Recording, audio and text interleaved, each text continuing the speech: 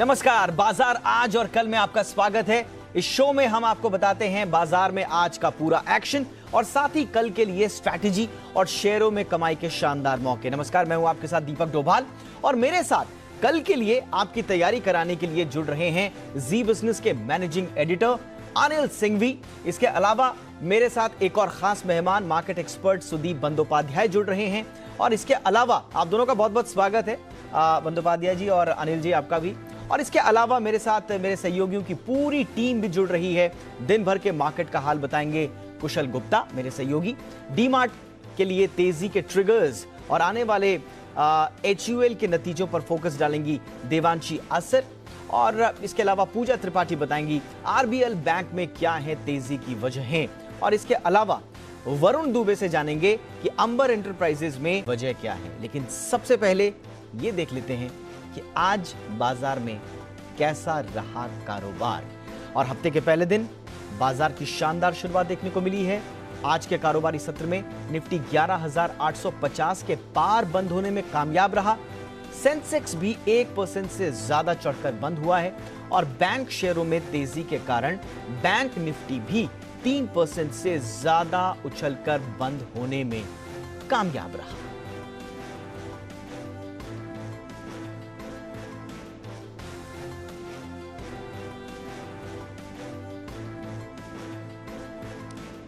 चलिए और अब रुक करते हैं आज के बाजार पर एडिटर्स टेक का। और इसके लिए मेरे साथ जुड़े हुए हैं जी बिजनेस के मैनेजिंग एडिटर अनिल सिंघवी।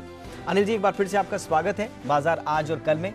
अनिल जी, आज कारोबारी हफ्ते की जिस तरह से शानदार शुरुआत हुई है, आप इसे कैसे देखते हैं? आज के सत्र को आप किस नजरिए से देखते हैं? भारतीय बाजारों ने हफ्ते की बेहद दमदार शुरुआत की और मजबूती के साथ गैप से ऊपर खुले और गैप से ऊपर भी इतना ज़्यादा कि जितना दुनिया भर के बाजारों में तेजी का माहौल था या फिर SGX निफ्टी दिखा रहा था उससे कहीं बेहतर। और खुलने के बाद पीछे मुड़कर नहीं देखा, दिन भर मजबूती के साथ कारोबार किया और आज फिर से तेजी और मजबूती की लीडरशिप बैंकिंग शेयरों ने संभाली। बैंक निफ्टी ने HDFC बैंक के अच्छे नतीजों के दम पर अच्छी तेजी दिखाई। हालांकि HDFC बैंक में जरूर प्रॉफिट बुकिंग आती दिखी ऊपरी स्तरों से, लेकिन बैंक निफ्टी कहीं रुका नहीं क्योंकि बाकी बैंक्स बेहद मजबूती के साथ कारोबार करते हुए दिखे और लंबे समय बाद फिर से 24,000 के ऊपर ही नहीं बल्कि 24,266 के पास जाकर बैंक निफ्टी बंद होता दिखा। 733 अंकों का बड़ा उछाल। निफ्टी भी सेंचुरी मारकर 11,875 के करीब बंद हुआ और सेंसेक्स में भी 400 अंकों से ज्यादा की तेजी रही। चौतरफा खरीदारी होती दिखी और वजह यह थी कि ग्लोबल मार्केट से संकेत मजबूत थे और जो शुक्रवार को सेशन में निचले स्तरों से एक अच्छी रिकवरी दिखी और जो क्लोजिंग बेहतर हुई उससे बाजारों में जोश भी आता हुआ दिखा और इस जोश को आगे बढ़ाने का काम किया। FIs की तरफ से बिकवाली का दबाव कम होता दिख रहा है। घरेलू फंड्स ने भी शुक्रवार के सेशन में थोड़ी बिकवाली कम की है। ट्रेडर्स थोड़े से हल्के हो चुके हैं पिछले हफ्ते के उतार चढ़ाव और करेक्शन के बाद और यही वजह थी कि ग्लोबल मार्केट्स की मजबूती के साथ बाजार भाग चले। हालांकि कोरोना को लेकर अब भी अंतर्राष्ट्रीय मंच पर खबरें थोड़ी अच्छी नहीं आती दिख रही है। यूरोप में, अमेरिका में कोरोना के मामले फिर से बढ़ते हुए दिख रहे हैं और रेस्ट्रिक्शंस वहां पर बढ़ने के आसार दिख रहे हैं। लेकिन फिर से एक बार बाजार ने कोरोना को नज़रअंदाज करने की कोशिश की है। नजरें अमेरिका में आने वाले छोटे मोटे टुकड़ों में आर्थिक पैकेज पर है जिससे बाजारों में अभी भी जोश बरकरार है और साथ ही चुनावों पर है नजर। तो ग्लोबल मार्केट्स की तेजी ही पूरी तरह से भारतीय बाजारों के आज काम आती हुई दिखी है और उसके बाद बचा कुचा काम बैंक निफ्टी ने अपनी लीडरशिप के साथ किया और यहां से बढ़िया तेजी बनती हुई दिखी है। लगभग सारे बैंक्स जिन्होंने अब तक रिजल्ट्स अपने पेश किए बेहद मजबूत रिजल्ट्स पेश किए और इससे बाजार में जोश आता हुआ दिख रहा है। तो एक मजबूत ट्रेडिंग सेशन, तकनीकी तौर पर एक बेहतरीन क्लोजिंग, यानी कि कल भी आप तैयार हैं एक और एक्शन पैक दिन के लिए। चलिए, तो कल भी एक्शन। ऑल राइट, अब जरा फटाफट से आगे बढ़ने से पहले आज के नतीजों पर थोड़ा सुदीप सर से भी बात कर लेते हैं, उनकी राय भी जान लेते हैं। सुदीप सर, ब्रिटानिया से शुरुआत करते हैं। सर, मुनाफे में 23% का उछाल दिखा है और मार्जिन भी दमदार है। आपको फिलहाल ये नतीजे कैसे लगे और रिएक्शन कैसा होगा कल? जी, रिजल्ट्स बहुत ही अच्छे थे।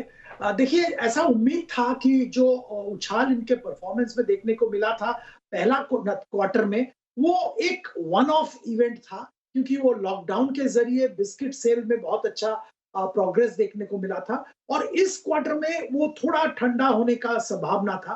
पर ये जो नतीजे इन्होंने दिखाए हैं इससे साफ है कि ट्रैक्शन बरकरार है और ओवरऑल कंपनी का परफॉर्मेंस, कंपनी का जो ट्रेजेक्टरी है मूवमेंट का, वो बहुत ही सही है निवेशक के लिए।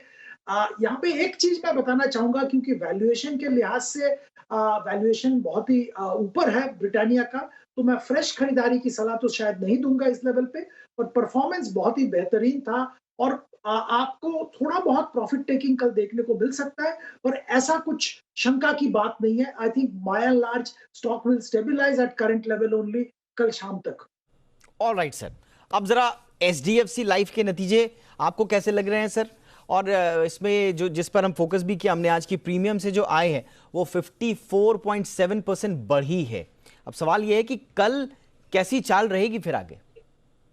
ओवरऑल देखिए दीपक, हम लोगों को लगता है कि insurance, particularly life insurance space में बहुत अच्छा ट्रैक्शन आने वाले 2-3 साल में देखने को मिलेगा। और इंडिया के जो लाइफ इंश्योरेंस कंपनीज लिस्टेड हैं, दिग्गज कंपनीज, एचडीएफसी लाइफ का जिक्र किया, नतीजे आए हैं, प्रूडेंशियल आईसीआईसीआई है और एसबीआई लाइफ है। तीनों में हमारे नजर पॉजिटिव है, और तीनों में हम निवेशकों को खरीदारी की सलाह दे रहे हैं। एचडीएफसी लाइफ की स्पेसिफिकली अगर बात करें, नतीजे अच्छे थे, और जो जो जो ट्रेजेक्टरी देखने को मिल रहा है यहाँ पे प्रीमियम ग्रोथ का, वो ट्रेजेक्टरी बरकरार रहेगा। हम लोगों को लगता है कि इंश्योरेंस का डिमांड आने वाले दिनों में बढ़ेगा, और इंडिया में जो पेनिट्रेशन कम था उसका बहुत बड़ा फायदा एग्जिस्टिंग इंश्योरेंस प्लेयर्स, जिनका की डिस्ट्रीब्यूशन रीच अच्छा है, उनको मिलेगा, जैसे कि HDFC life. All right sir, Britannia की बात हुई, एचडीएफसी की बात हुई, अब बात कर लेते हैं सर एसीसी। एसीसी ने भी मुनाफा और मार्जिन समेत हर पैमाने पर जो है वो बेहतर नतीजे दिए हैं सर। कल क्या मजबूती बनेगी शेयर में सर? जी बिल्कुल बनेगी मजबूती। और देखिए ओवरऑल सीमेंट सेक्टर में हम लोग पॉजिटिव है, और सीमेंट सेक्टर में ये जो मॉनसून सीजन के बाद नॉर्मली अच्छा खासा डिमांड ग्रोथ देखने को मिलता है। और ये साल तो बिल्कुल यूनिक है, क्योंकि ये इस साल में बहुत सारा डिस्टर्बेंस Q1 Q2 में देखने को मिला था हम लोगों को, कोरोना के कारण, मॉनसून भी था। तो आने वाले जो 2 क्वार्टर है उसके लिए हम लोग का उम्मीद ये है कि बहुत अच्छा डिमांड ग्रोथ देखने को मिलेगा। और इसमें 2 कंपोनेंट होंगे, एक तो रिटेल कंजम्पशन ग्रोथ, और दूसरा होगा सरकार की तरफ से जो इंफ्रास्ट्रक्चर बिल्ड और इंफ्रास्ट्रक्चर में एडिशनल स्पेंडिंग की बात की जा रही है, उसका भी एक बहुत बड़ा फायदा सीमेंट सेक्टर को मिलेगा। तो हम लोगों को लगता है कि सीमेंट सेक्टर के जो दिग्गज कंपनी है, जैसे एसीसी, गुजरात अंबुजा, इनके वैल्यूएशन के लिहाज से जो लेवल पे अभी है, करंट लेवल, वहां पे जरूर खरीदारी की जा सकती है। आने वाले दिनों में अच्छा नतीजा मिलेगा। यहाँ पे एक चीज मैं और भी बताना चाहूंगा कि मिड कैप और थोड़े छोटे जो सीमेंट कंपनीज है, पर्टिकुलरली जिनका ऑपरेशन नॉर्थ और सेंट्रल इंडिया में है, जैसे कि जेके सीमेंट, जेके लक्ष्मी, हाइडलबर्ग और बिरला कॉर्प, यहाँ पे भी खरीदारी की जा सकती है। वैल्यूएशन गैप अच्छा खासा है पीयर कंपैरिजन करें तो। ओके सुदीप सर, तो ये रिजल्ट्स पर हमारे एक्सपर्ट सुदीप सर के उनका नजरिया था। और अब जरा आगे बढ़ते हैं, और जैसा हमने आपसे शुरुआत में ही कहा था कि हम पूरे मार्केट के एक्शन का आपको विश्लेषण करके बताएंगे, और उसके लिए हमारे सहयोगियों की पूरी टीम मेरे साथ है। सबसे पहले चलता हूं मैं देवांशी के पास, और देवांशी हमें बताएंगी कि डी मार्ट के लिए तेजी के ट्रिगर्स क्या रहे। Over to you Devanshi. DMart के शेयर में आज करीब 7% तक का उछाल देखने मिला। वैसे अगर आप देखें तो नंबर्स सालाना आधार पर थोड़े से कमजोर जरूर देखने मिले थे, लेकिन अगर आप तिमाही आधार पर देखें तो इस बार नतीजे काफी अच्छे आते हुए दिख रहे हैं। अनलॉकिंग के चलते हमने देखा इनके ज्यादातर स्टोर्स खुलते हुए दिखे हैं, फुटफॉल्स में बिक्री बढ़ती हुई दिखी है। और अगर आप नंबर्स देखें तो आय इस बार करीब 37% तक बढ़ती हुई दिखी है क्वार्टर क्वार्टर, और जो मार्जिन हैं वो 3% से दुगने होकर करीब 6.2% पर आते हुए दिखे। मुनाफा इस तिमाही में 5 गुना बढ़ता हुआ दिखा पिछली तिमाही के कंपेरिजन में। इसके अलावा कंपनी की जो बिक्री है वो अब प्री कोविड स्तर पर जल्दी पहुंचती हुई दिखेगी, ये मैनेजमेंट का कहना था। साथ ही अगर आप देखें तो इनकी ज्यादातर बिक्री यानी कि 80% से ज्यादा की जो बिक्री है वो उनके मैच्योर स्टोर से आती हुई दिख रही है, जो एक पॉजिटिव संकेत है। साथ ही कंपनी लगातार नए स्टोर्स खोलने पर जरूर फोकस करती हुई दिख रही है। इस तिमाही में कंपनी ने 6 नए स्टोर्स खोले हैं, और साथ ही अगर आप देखें तो कंपनी ने QIP किया था करीब 4080 करोड़ का, जिसमें से अब तक केवल 1200 करोड़ रुपए खर्च किए कंपनी ने। तो आगे चल के जो स्टोर एक्सपेंशन प्लान्स हैं वो लगातार होते रहेंगे, जिसके चलते इनकी आय बढ़ती हुई दिखेगी। दूसरी बड़ी वजह ये भी थी कि इस तिमाही में कंपनी ने 2 स्टोर्स बंद किए हैं, लेकिन वो ऑनलाइन या ई-कॉमर्स के लिए कंपनी यूज करती हुई दिखेगी। तो कंपनी का जो फोकस है वो ऑनलाइन स्टोर्स पर अब ज्यादा बढ़ता हुआ दिख रहा है। यहाँ से बिक्री बढ़ती हुई दिख सकती है, जैसे कि दूसरे बड़े प्लेयर्स कर रहे हैं। इसका भी फायदा कहीं ना कहीं कंपनी को मिलता हुआ दिखेगा। और इसके अलावा अब देखिए जो रिकवरी है वो अब अपैरल सेगमेंट में भी धीरे धीरे आती हुई दिख लिए इसका भी फायदा मिलता हुआ दिखेगा। तो कुल मिला के काफ़ी अच्छे जो रेवेन्यूज़ है वो आने वाले तिमाही में आते हुए दिखेंगे। एनालिस्ट काफ़ी पॉजिटिव है और साथ ही अगर मॉर्गन स्टैनली की माने तो ओवरवेट की रेटिंग दे रहे हैं 2600 के लक्ष्य के साथ। ओवरवेट है इस कंपनी पर। इनका भी मानना था कि जो पुणे में जो डीमार्ट है वो रेडी स्टोर्स पर विस्तार की योजना है कंपनी की, वो काफ़ी पॉजिटिव है और इसी के चलते यहाँ पे एनालिस्ट और ब्रोकिंग हाउसेस दोनों पॉजिटिव है। ओके, पॉजिटिव संकेत लगे हाथ। हम सुदीप सर से भी जान लेते हैं कि उनके क्या रिकमेंडेशंस हैं डीमार्ट को लेकर। Sir, Sudeep sir. बेहतरीन कंपनी है, अच्छा मैनेजमेंट है, इनका ग्रोथ में भी कोई प्रॉब्लम नहीं है और जो स्ट्रेटेजी इन्होंने अपनाया है कि ऑनलाइन पे भी फोकस करेंगे वो बिल्कुल सही है। कुछ स्टोर क्लोज करना, कुछ स्टोर नए स्टोर ओपन करना, it's a part of retail. मतलब सारे स्ट्रेटेजी बोलिए, परफॉर्मेंस बोलिए, कोई दिक्कत नहीं है। सिर्फ एक जगह पे हम लोगों को थोड़ा प्रॉब्लम है, वो है वैल्यूएशन, और इस वैल्यूएशन पे हम खरीदारी की सलाह नहीं देंगे क्योंकि बहुत ही अभी भी करीबन 60-61 टाइम मल्टीपल पे काम कर रहा है, तो यहाँ पे खरीदारी की सलाह नहीं दे पाएंगे। वैसे परफॉर्मेंस में कोई प्रॉब्लम नहीं है। ओके, अब वापस देवांशी के पास चलता हूं मैं जरा, और HUL के नतीजे क्योंकि कल आने वाले हैं। देवांशी, क्या अनुमान है? जीएसके पोर्टफोलियो के अधिग्रहण के चलते इस तिमाही में भी HUL के नतीजे काफी शानदार रहेंगे। वैसे डायरेक्टली इसके जो नंबर्स होंगे वो कंपेरेबल नहीं होंगे क्योंकि जीएसके पोर्टफोलियो का जो अधिग्रहण किया है वो अप्रैल में इफेक्टिव होता हुआ दिखा है और इसी के चलते नंबर्स कंपेरेबल नहीं होंगे। लेकिन आप देखिए बूस्ट और हॉर्लिक्स के जो वॉल्यूम्स हैं उसमें काफी अच्छी बढ़त देखने का अनुमान लगाया जा रहा है और इसी के चलते HUL के कुल वॉल्यूम ग्रोथ में 8 से 10% तक की बढ़त देखने मिल सकती है। पिछले साल 5% का बेस था और इसके चलते भी आपको थोड़े से ऊंचे वॉल्यूम्स देखने मिल सकते हैं। दूसरे सेगमेंट्स की अगर बात करें तो इनका जो न्यूट्रिशन या हाइजीन पोर्टफोलियो है वहां पे अच्छी बढ़त आ सकती है, लेकिन इनका जो ब्यूटी कारोबार है वो अभी भी रिकवर होता हुआ नहीं दिख रहा है, तो काफी धीमी ग्रोथ इस सेगमेंट से देखने मिल सकती है। कुल मिलाकर इस बार इनके जो मार्जिन है वो करीब 25 से 26% रह सकते हैं क्योंकि ऑपरेशनल खर्च कंपनी का इस बार कम होता हुआ दिखा है, इसका फायदा मिलता हुआ दिखेगा। कई प्रोडक्ट्स में कंपनी ने प्राइस हाइक्स भी ली है और इसी के चलते मार्जिन करीब 25 से 26% रहेंगे और जो मुनाफा है वो करीब 10 से 11% बढ़ने का अनुमान इस तिमाही में लगाया जा रहा है। कुल मिला के नंबर्स HUL के अच्छे दिख सकते हैं इस तिमाही में। ठीक है सर, अनुमान तो अच्छे हैं। सुदीप सर, आपकी रिकमेंडेशन क्या रहेगी सर HUL के लिए? देखिए, HUL एक बेहतरीन कंपनी है और जैसे देवांशी ने अभी जिक्र किया है, हम लोग का नजर इसी पे रहेगा कि हॉर्लिक्स जीएसके कंज्यूमर का जो मर्जर हुआ है उसका जो बेनिफिट है वो इस क्वार्टर में, एक क्वार्टर का पूरा वर्किंग हो गया है, तो इस क्वार्टर से वो सामने आएगा और देखने को मिलेगा और इस पे बहुत उम्मीद लगाई जा रही है कि एक नया एवेन्यू HUL के लिए खुल गया फूड्स में एक्सपैंड करने का रैपिडली, और आने वाले दिनों में बहुत अच्छा एस्टैब्लिश ब्रांड है, इसका फायदा जरूर मिलेगा। ओवरऑल रूरल इंडिया में जो ग्रोथ इनको मिल रहा है, ओवरऑल कंजम्पशन में जो सुधार आ रहा है, उससे हम लोगों को लगता है कि आने वाले दिनों में और भी परफॉर्मेंस इंप्रूव होने की संभावना रहेगी।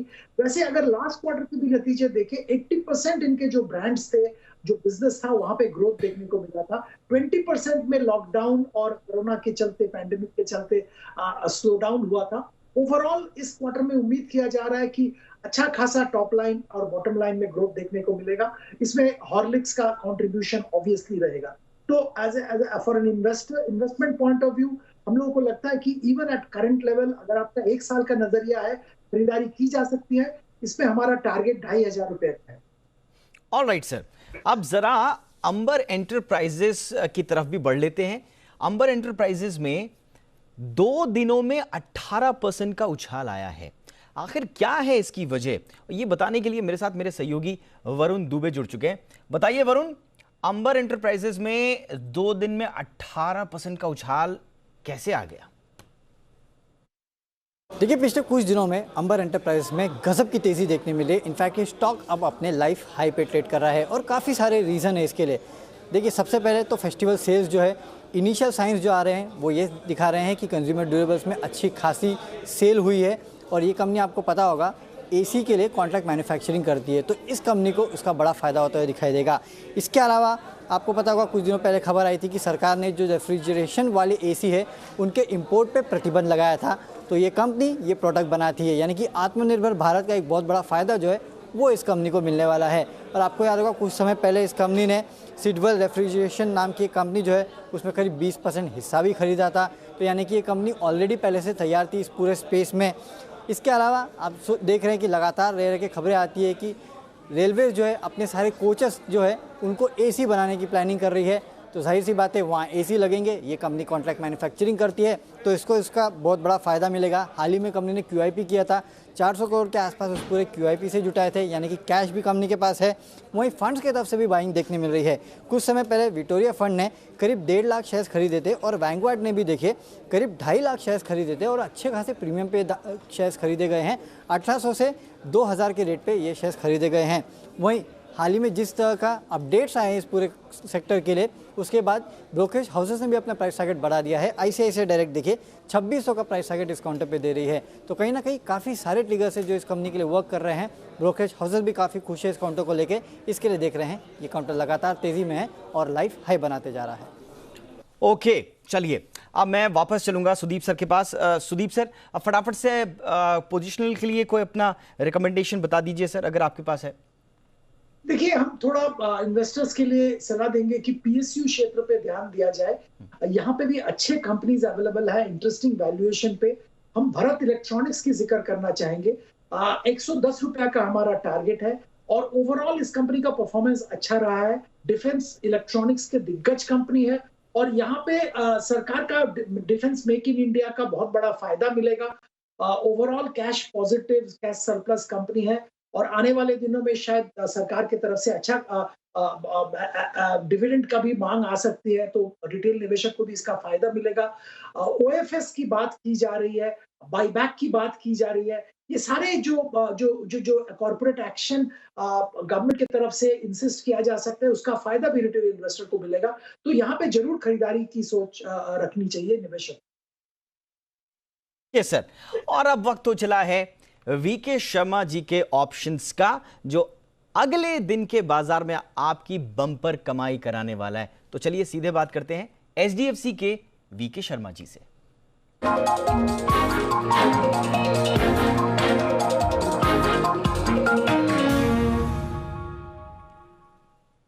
Sharma sir, good evening.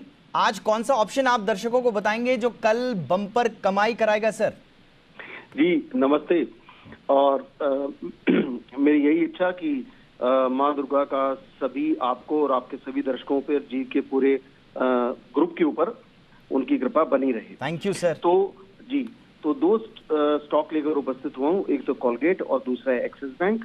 दोनों ही आज अपने व्यापार में थोड़े तेजी से आए थे और काफी बढ़े हुए हैं, 4% के आसपास दोनों में वृद्धि हुई है। तो मैं समझता हूँ कि थोड़ा ठंडा करके खाया जाना चाहिए दोनों को। तो कोलगेट के अंदर 1500 की कॉल जो करीब 27 रुपए पे बंद हुई, मैं सजेस्ट कर रहा हूँ कि 24 रुपए पे ली जाए। स्टॉप लॉस रखा जाए 18 रुपए का, टारगेट रहेगा 39 रुपए का। एक्सिस बैंक 500 की कॉल 11 रुपए पे ले, जो दरअसल क्लोज हुई थी आज 12 रुपए 50 पैसे पे। तो आप नीचे लें अगर आए तो। स्टॉप लॉस रखें 8 रुपए का और टारगेट रहेगा 16.5 रुपए। अब वक्त है कल के लिए बाजार पर स्ट्रैटेजी जानने का। अनिल सिंह भी हमारे मैनेजिंग एडिटर लगातार हमारे साथ बने हुए हैं। अनिल जी, कल के लिए ट्रिगर क्या होंगे? निफ्टी और निफ्टी बैंक के लिए अहम लेवल्स क्या होंगे, ये भी बता दीजिए। जहाँ तक कल के बाजारों का सवाल है, नतीजों के लिए आज से बड़े अहम ट्रिगर्स होंगे, क्योंकि एक तो आज बाजार बंद होने के बाद जो ब्रिटानिया और साथ ही HDFC लाइफ, दो निफ्टी की दिग्गज कंपनियों के और वायदा कारोबार में SEC के नतीजे आने वाले हैं, उन पर तो रिएक्शन रहेगा ही, लेकिन कल बाजार के दिग्गज HUL के भी नतीजे आने वाले हैं और इन नतीजों के पहले तमाम FMCG और कंजम्पशन से जुड़े स्टॉक्स बेहद मजबूत होते हुए दिखे हैं। तो अच्छे नतीजों की उम्मीद लीवर से भी है, अच्छे नतीजों की उम्मीद ब्रिटानिया से भी है। तो ये नतीजे बाजार में जोश भरने का काम कल कर सकते हैं। हमारे बाजारों के बंद होते वक्त डाउ फ्यूचर्स 200 अंक मजबूती के साथ ट्रेड करते हुए दिख रहे थे। तो अमेरिका में एक अच्छे ट्रेडिंग सेशन की उम्मीद है, वो भी बाजारों के लिए ट्रिगर के तौर पर काम करेगा। जिस तरह से आज तेजी बनी है, रेंज बाजार की थोड़ी ऊपर की तरफ शिफ्ट होती हुई दिख रही है। अब कल के लिए तुरंत प्रभाव से जो सपोर्ट होगा निफ्टी पर वो होगा 11,775 से 11,825। ये आपके लिए सपोर्ट की रेंज है। और ऊपरी स्तरों से 11,975 से 12,025, ये 50 पॉइंट की रेंज ऐसी है जो थोड़ी सी रुकावट की प्रॉफिट बुकिंग की लेवल है। एक बार 11,975 12,025 पार किया तो फिर फ्रेश खरीदारी, बड़ी शॉर्ट कवरिंग और अच्छी तेजी और बनती हुई दिख सकती है अगले 1-2 ट्रेडिंग सेशन में। बैंक निफ्टी का जहाँ तक सवाल है, 24,000 के पार निकलकर जो क्लोजिंग हुई है बहुत तगड़ी है। 23,700 से 23,850, ये 150 पॉइंट की रेंज बैंक निफ्टी पर कल एकदम मजबूत और एकदम परफेक्ट सपोर्ट का काम करेगी। ऊपरी स्तरों पर 24,400 से 24,600 हल्की रुकावट की रेंज है, इसे पार किया तो 25,000 तक break free non stop bank Nifty के लिए ऊपर की जगह बनती हुई दिखती है। तो गिरावट में खरीदारी के रुझान के साथ रहें। अगर किसी भी वजह से सुस्त या कमजोरी के साथ शुरुआत हो तो वहां पर फिर से खरीदारी का मौका होगा और बाजार तेजी की रफ्तार पकड़ने की कोशिश करेंगे। और बैंकिंग शेयरों में जो तेजी और मजबूती और लीडरशिप बनी हुई है वो आगे भी बरकरार रहने की पूरी संभावना है। लेकिन कल के लिए सबसे ज़्यादा फोकस में अगर कोई सेक्टर होगा तो कंजम्पशन का, ब्रिटानिया लीवर के नतीजे और साथ ही बाकी कंजम्पशन शेयरों में जो आज तेजी बनी है उसके चलते हुए इस सेक्टर पर आपको रखनी है नज़र। Alright, thank you so much Anil ji, कल के लिए बाजार पर स्ट्रैटेजी बताने के लिए थैंक यू सो मच। और मेरे साथ हमारे खास मेहमान सुदीप जी भी जुड़े हुए हैं। सुदीप सर, अब एक जरा लॉन्ग टर्म के लिए कोई अपना रिकमेंडेशन बता दीजिए सर। जी, आज देखिए आपने बैंकिंग क्षेत्र में अच्छा खासा ट्रैक्शन देखा है, बैंकिंग फाइनेंशियल सर्विसेज। हम लोगों को लगता है कि अगर हम लोग उम्मीद ये कर रहे हैं कि इकोनॉमी में जल्द से जल्द सुधार आए और जो हो रहा है तो इसका बहुत बड़ा फायदा बैंकिंग फाइनेंशियल सर्विसेज सेक्टर को भी मिलेगा। और इस सेक्टर के दिग्गज कुछ बैंक्स ऐसे हैं जहां पे जरूर ध्यान देना चाहिए, वैल्यूएशन के लिहाज से बहुत ही अट्रैक्टिव लग रहे हैं। और इन बैंकों में से मैं एसबीआई का जिक्र करना चाहूंगा, पीएसयू क्षेत्र के दिग्गज बैंक, इंडिया के सबसे बड़ा बैंक। और यहाँ पे देखिए खासियत यह है कि एसेट क्वालिटी इंप्रूव हो रहा है, लेंडिंग बुक बढ़ रहा है और साथ साथ में इनके जो सब्सिडियरीज है वहां पे बहुत अच्छा परफॉर्मेंस देखने को मिल रहा है। वो एसबीआई कार्ड्स बोले, एसबीआई लाइफ का जिक्र मैं थोड़ी देर पहले कर चुका हूँ, SBI general insurance, SBI mutual fund, सारे सब्सिडियरीज में अच्छा परफॉर्मेंस हो रहा है। और एसबीआई एज ए बैंक एक कैलिब्रेटेड मैनर में थोड़ा थोड़ा करके डिसइन्वेस्ट कर रहे हैं और प्रॉफिट बुक कर रहे हैं। एक बहुत अच्छा माहौल बन रहा है ओवरऑल एसबीआई शेयर के लिए। तो हमारी सलाह तो यही होगी कि अगर आपका नजरिया 1 साल का है, बेझिझक एसबीआई में करंट 203-4 लेवल पे खरीदारी करिए और 250 रुपया तक का जरूर प्राइस हम देख रहे हैं 6 से 12 महीने के अंदर। ओके सर, और अब वक्त है वायदा बाजार में ऑप्शंस की किस रणनीति के लिए कल आपको कमाई के मौके मिलेंगे ये जानने का।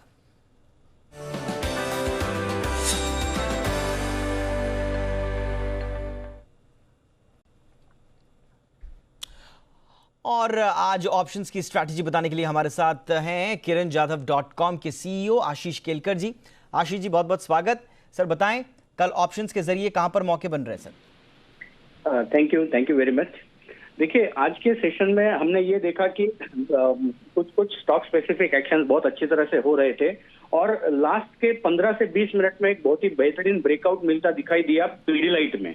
पीडीलाइट इंडस्ट्री ये जो स्टॉक है, मैं मानता हूं कल एक बहुत ही बेहतरीन परफॉर्म करता हुआ दिखाई देना चाहिए, इसलिए मैंने पीडीलाइट का 1540 का कॉल ऑप्शन बाय करने की मेरी सलाह है। आज का करीबन 38 के लेवल पे यहाँ पे इसका क्लोज होता हुआ हमने देखा है, तो कल इसी दरमियान इसमें खरीदारी करने की सलाह है। स्टॉप लॉस मेरा रहेगा 32 रुपीज का और मेरा लक्ष्य रहेगा 50 रुपए का। ऑलराइट सर, बहुत बहुत शुक्रिया आशीष जी इस जानकारी के लिए, इस रिकमेंडेशन के लिए बहुत बहुत शुक्रिया आपका। और शुक्रिया अदा करेंगे हम हमारे खास मेहमान सुदीप बंदोपाध्याय सर का भी, आपने हमारे लिए वक्त निकाला, thank you so much sir. और मेरे तमाम सहयोगियों का भी बहुत बहुत शुक्रिया। इसी के साथ बाजार आज और कल में आज बस इतना ही। फिर मुलाकात होगी आपसे, कमाई के ढेरों मौके आपको बताएंगे। तब तक के लिए आप बने रहिए जी बिजनेस के साथ। नमस्कार।